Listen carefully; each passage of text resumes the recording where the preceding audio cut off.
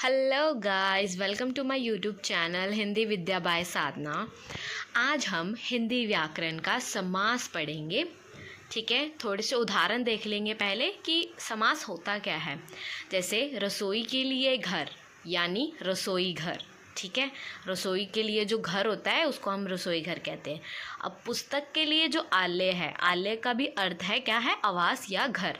पुस्तक के लिए जो आलय बनाया जाता है उसको हम क्या कहते हैं, पुस्तकालय। समास आगे देखेंगे कि समास की परिभाषा क्या है। समास की परिभाषा है कि अनेक शब्दों को जब हम छोटा करके एक नया शब्द बनाते हैं उस प्रक्रिया को हम क्या कहते हैं, समास कहते हैं। एक और परिभाषा देख सकते हैं हम, जैसे हम दो या दो से अधिक शब्दों से मिलाकर जब हम एक नया शब्द बनाते हैं या सार्थक शब्द को हम क्या कहते हैं, उसके समास कहते हैं।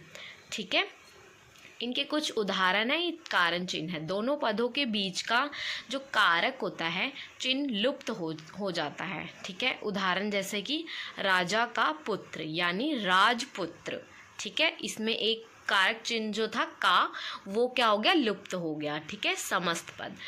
कमल के समान चरण यानी कि कमल चरण। आगे देखेंगे इसके समास की प्रक्रिया से बनने वाले शब्द को समस्त पद कहते हैं। ठीक है, उदाहरण क्या है, जैसे मैंने पीछे आपको बताया कि राजा का पुत्र यानी कि का, उसमें क्या हो गया, लुप्त हो गया।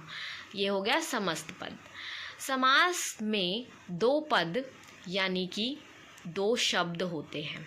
ठीक है, पहले पद में क्या होता है, पूर्व पद होता है, दूसरे पद में क्या होता है, उत्तर पद होता है। जैसे कि तुलसी कृत। ठीक है, तुलसी क्या हो गया, पूर्व हो गया, और कृत क्या हो गया, उत्तर पद हो गया। आगे देखेंगे हम समास के कितने भेद होते हैं, यानी कि कितने प्रकार के समास हमने देखे हैं। हिंदी व्याकरण में समास के 6 भेद हैं। पहला है अविभाव समास, तत्पुरुष समास, द्विगु समास, द्वंद्व समास, कर्मधारय समास, बहुब्रीहि समास। ठीक है, आगे हम इसका जो है स्पष्टीकरण देखेंगे। अभिभाव समास, जिस समास का पूर्व पद प्रधान हो, यानी कि जो पहला ही शब्द है वो प्रधान होता है और अव्यय होता है, तो उसको यानी कि उसका रूप कभी ना बदला जाए। ठीक है, उसका रूप नहीं बदला जाता, तो उसको हम क्या कहते हैं, अविभाव समास। ठीक है, जैसे आजन्म। आजन्म क्या अर्थ क्या है, जैसे जन्म भर। इसमें आ जो है वो क्या है, अव्यय है। अब इसकी हम पहचान कैसे करते हैं, जनरली हम इसकी पहचान करते हैं कि जैसे आरंभ में ही भर हो गया, निर हो गया, आ हो गया। ठीक है, प्रति हो गया, यथा हो गया, बे, उप, अधि। यानी कि इसकी एक ट्रिक है, इसको पहचानने की एक ट्रिक है। कैसे हम समास, अविवी समास कैसे पहचानते हैं। इससे पहले क्या होता है, निर होता है, आ होता है, प्रति होता है, यथा होता है, ऐसे होते हैं, यानी कि उपसर्ग लगे होते हैं उसमें। इसमें समस्त पद क्रिया विशेषण अव्यय बन जाता है। आगे देखेंगे कि उसके उदाहरण क्या क्या हैं। समस्त पद विग्रह, यथा समय यानी कि समय के अनुसार, यथा शीघ्र यानी शीघ्रता से। तो यह क्या हो गया, इसमें यथा, यथा, यथा समय, यथा शीघ्र, यथा कर्म, यथा विधि, ये क्या हो गया, उपसर्ग लग रहा है। ठीक है, आगे देखेंगे हम ये तत्पुरुष समास। तत्पुरुष समास में क्या होता है कि पहला पद जो है वो प्रधान होता है। पहला पद यानी विशेषण भी है, दूसरा पद विषय है। विशेषण क्या है, जब हम किसी की विशेषता को बताते हैं। विग्रह में जो कारक प्रकट हो उसी कारक वाला समास होता है। ठीक है, जिसमें वो कारक प्रकट हो रहा है उसी कारक को हम क्या कहते हैं, समास कहते हैं। जैसे सूर्यकृत यानी सूर्य द्वारा कृत। ठीक है, इसमें क्या है, करण तत्पुरुष है। राह खर्च, राह के लिए खर्च, सप्रदान तत्पुरुष है। राजकुमार, राजा का कुमार, तो इसमें क्या है, संबंध है, संबंध तत्पुरुष है। अब इसकी हम पहचान कैसे करते हैं। तत्पुरुष समास में कारक चिन्हों का प्रयोग होता है। ठीक है, इसमें कारक चिन्ह होते हैं, इससे पता लग जाता है हमें कि ये तत्पुरुष समास है। ठीक है, आगे देखेंगे तीसरा कर्मधारय समास, जिसके पद समान रूप में प्रधान हो, यानी विशेषण और विषय क्या होते हैं, समान होते हैं, संबंध होता है उनके बीच में। लिंग वचन भी समान होते हैं। वहाँ पे क्या है, कर्मधारय समास होता है। यानी कि जैसे हम विशेषता बता रहे हैं उसकी, नीलकंठ, नीला है जो कंठ, ठीक है। महापुरुष, महान है जो पुरुष।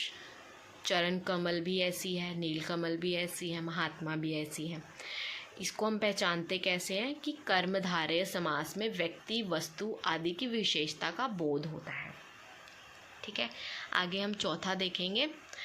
चौथा है द्विगु समास। द्विगु समास को हम पहचानते कैसे हैं, जैसे कि उसमें क्या होता है, संख्या का बोध होता है। जहाँ पर संख्या का, जिस भी समास में संख्या का बोध हो रहा है तो उसको हम द्विगु समास कहते हैं। परिभाषा क्या होगी इसकी, जिस समस्त पद का पहला पद क्या होता है, संख्या होता है। संख्या की विशेषता जहाँ पे बता रहे हैं वो होगा द्विगु समास, यानी नवरात्रियों का समूह, ठीक है।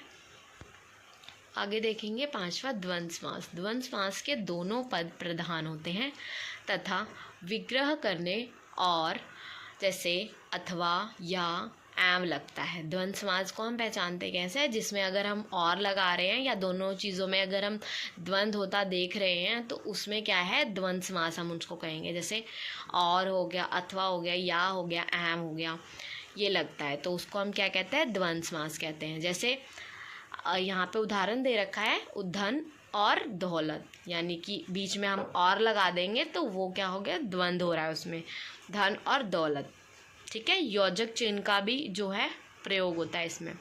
छठा देखेंगे हम बहुव्रीहि समास।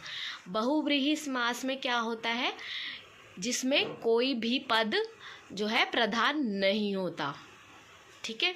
वो मिलकर क्या बनाता है, तीसरे पद की ओर संकेत करता है, उसको हम क्या कहते हैं, बहुव्रीहि समास। जिस पद में कोई भी पद प्रधान नहीं होता, दोनों पद मिलकर किसी तीसरे की ओर जब संकेत करते हैं तो उसको हम क्या कहते हैं, बहुव्रीहि समास। जैसे कि लंबोदर, लंबा है उधर जिसका, यानी कि तीसरे की ओर संकेत दे रहे हैं तो वो होता है बहुव्रीहि समास। उदाहरण के तौर पर हम देखेंगे लंबोदर, लंबा है उधर जिसका, यानी कि गणेश, गणेश की हम विशेषता को बता रहे हैं, ठीक है। इसमें कोई भी पद जो है प्रधान नहीं है, ठीक है। पीताम्बर, पीत है अंबर जिसका, यानी कि कृष्ण, ठीक है। पहचानते कैसे हैं इसमें, जैसे कि विग्रह करने पर जब कोई नया शब्द बनता है उसको हम बहुव्रीहि समास कहते हैं, ठीक है। आपको मेरी वीडियो इन्फॉर्मेटिव लगी तो लाइक एंड सब्सक्राइब ज़रूर करिएगा। ये आपके लिए कुछ प्रश्न दिए गए हैं, ये आप मुझे कमेंट करके बताएंगे। ओके, धन्यवाद।